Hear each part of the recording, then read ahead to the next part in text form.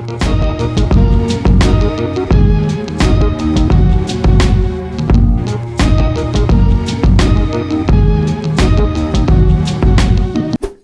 who dares to start? Have you guys seen the meme where they put this song over that meme of the blonde girl in the club looking horrified at all the moshers?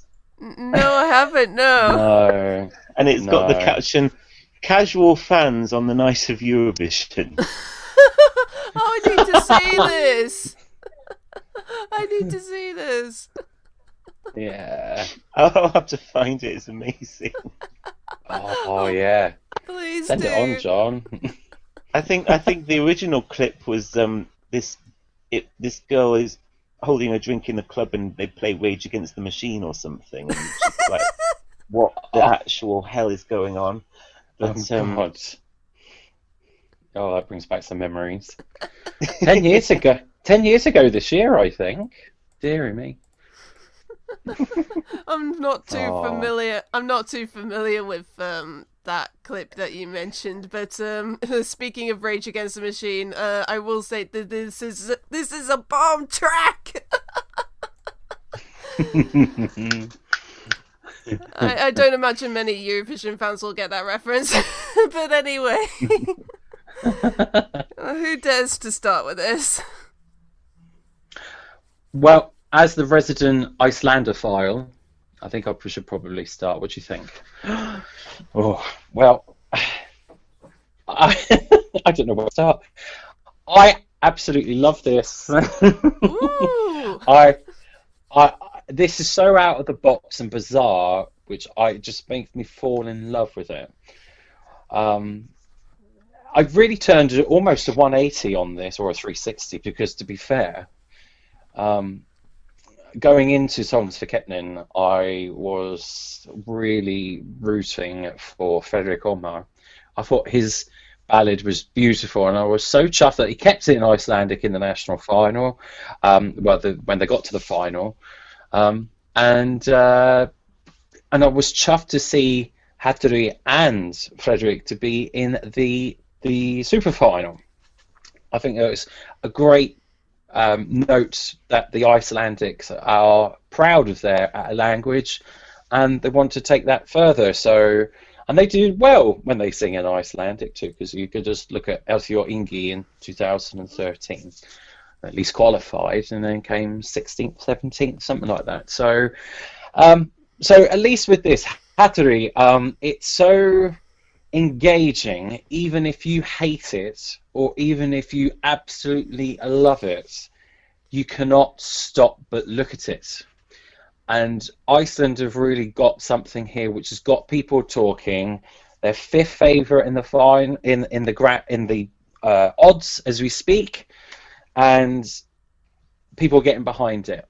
And it's so outrageously crazy that it could give Iceland its first top 5 since 2009, and I hope it does, because the Icelanders have really grown to Hatrið for what they are and for what they do. The song's got to #1 in Iceland, and my good friend Drifa, who lives on the Westman Islands on the south coast of Iceland, has again, like me, done a complete 180 and thought, wow, we need to get behind this and just enjoy it for what it is. And we've been sending Snapchats to one another singing it, so it's great. All the best to Iceland. I think they're going to be just fine this year. Yeah, one of my favourites of the many Hatrið themed memes is pictures of Hatrið with small kids. Oh yeah, that was a doozy. I've seen that one. That was good. It amuses me that they're considered family friendly in Iceland. that they can they can be with they can take pictures with small kids. I like that. Amuses me. Never change Iceland. But any... Well, it's exactly as you mentioned. Sorry, Kylie, to interrupt, but it's funny in Songs for Kettering this year. I made a joke on Twitter as Songs for Kettering's final was going on that it almost looked like a creche. Certainly during the semis, there was kids everywhere. But that's how awesome it was that Iceland were, and the parents were bringing their kids to witness all this music, which I don't know what it says about parenting necessarily, but but they were absolutely loving Hatrið, and I think that's very good, especially with again a Icelandic band singing in Icelandic. I think that's very important. But sorry, Kylie. That's okay. I'll be honest, up until a couple of days ago, I was so scared. I was like, oh no, what if this is one of the fan favourites that failed? They'll be so horrible. But, thinking about it the last couple of days, as you mentioned, they've been getting a lot of attention. There's, lots of internet articles about them, which is a good sign. They even got, an article about them on a New Zealand website, which is mind blowing, because the only thing you ever hear about Eurovision in New Zealand is the token X country won Eurovision 20 blank blank in the New Zealand Herald. That's about it. To see an article published before the semi-finals are broadcast, that is just mind-blowing. And they say that there's no such thing as bad publicity. I definitely think that because they've become such a talking point that they've got to be safe, surely.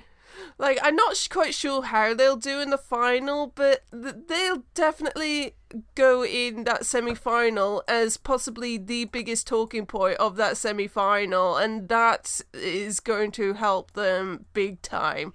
But regardless of what happens on the Tuesday night, you have to admire the cojones to have this BDSM themed nihilistic chunk of noise in Eurovision. So many things have already been said. I don't know how I can add to the conversation. It's just well done, Iceland. That's all I can say. Well done.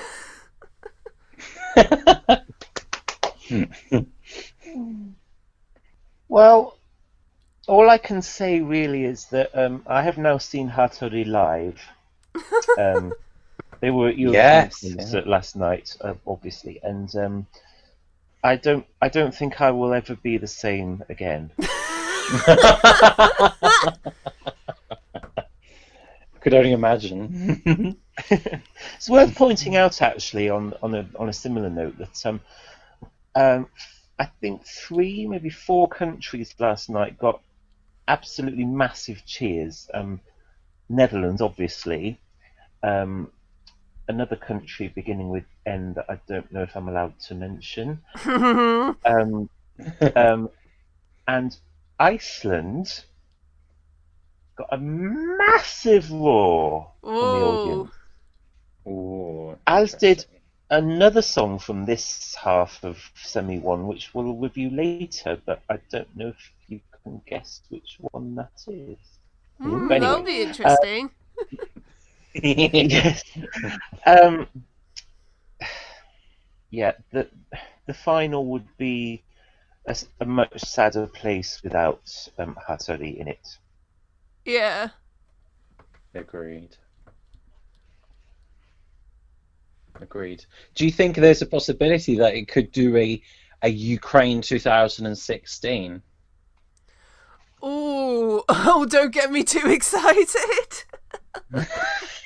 Well, I'm just thinking because obviously Jamala had all of the press leading up to the contests, and I'm not saying that necessarily Hatrið have got similar like that, because obviously they will, the media, as they always sadly do, certainly these days, talk about politics. And that was all the in thing sort of in 2016 with what was happening in Crimea. So I just, for a good point, I just feel like Iceland have, quite rightly you mentioned, Kylie, I mean, they're getting articles from all over the world, even here on BBC News they've been talking about it. So it's interesting to see, but it gives me hope that that Iceland have at least a good possibility of doing pretty well at this year's contest. Yeah, I mean, the year ends in 9, and Iceland has a habit of doing very well when the year ends in 9. Well, except for 1989, but the 80s were not kind to Iceland in Eurovision. Sadly not, no. But Daniel August's song in 1989 is a cult classic in Iceland. Oh. It's bizarre. But that's what I found when I went there on my honeymoon. Well, he went on to bigger and better things. True. Okay, anything else on Iceland before we give it a score? I dare not say any more. Okay. Skål, Iceland, skål. There we are, that's all I'll say. Out from Iceland, yay. Hey! Hashtag Iceland smites. Yeah. Oh. Okay. I found the meme, by the way. Oh, okay. Let me look. Okay, so,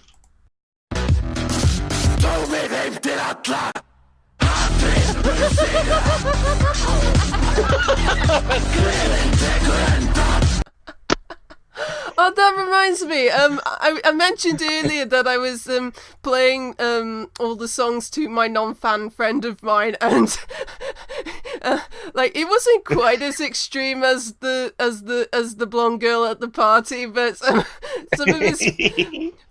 of his facial expressions were quite fun to watch. He wasn't quite as horrified. No. And the funny thing is, right, because to give a brief description of my friend, he's quite a reserved, soft-spoken teacher type, and like one of the things he said that really made me laugh was like, "Oh, I bet you like this, Kylie," and I was like, "Yeah." I bet he'll never Good, be the same embrace the again difference.